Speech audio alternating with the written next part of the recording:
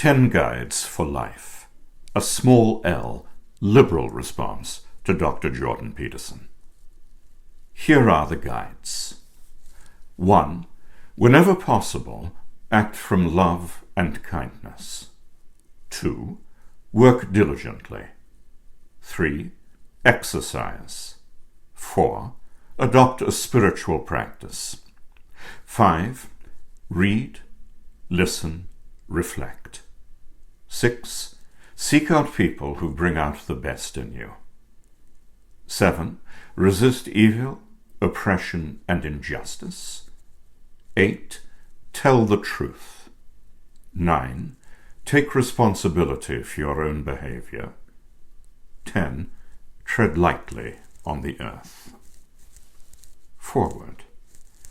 I am not interested in demonizing Dr. Jordan Peterson. I think that many of the ideas in his 12 Rules of Life are true and interesting. So if you have opened this little book in the hope that it takes him vigorously to task, you will be disappointed.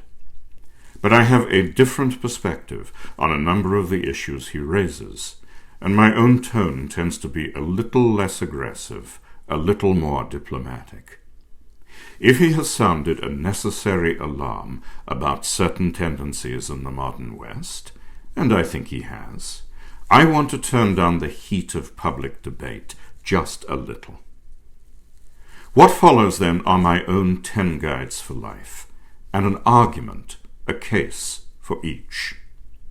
Along the way, yes, I will sometimes refer to Dr. Peterson's rules, but despite the subtitle, this book is less a direct response than a somewhat opportunistic jumping-off point. I make no apologies for that.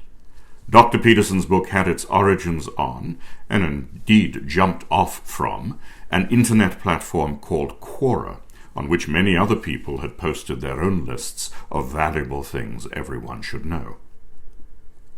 A word about that word guides, a word which, I'm guessing, will elicit sneers in more conservative quarters. Yes, guides is a milquetoast sort of word when set against rules, but that is a reflection of my own temperament. I am reluctant to dictate, to prescribe, because I myself am resistant to being told how to think and what to do, and, perhaps, because life has knocked some humility into me. This is not a subtle jab at Dr. Peterson. Peterson has a doctorate and years of clinical experience. He has earned the right to prescribe. By contrast, I have a couple of undergraduate degrees and have spent most of my life teaching high school and writing fiction. But I too have thought long and hard about some of the same issues that preoccupy him. Dr. Peterson and I have some things in common. I too was obsessed for many years with the Holocaust and with what it tells us about the moral depths to which humans can sink.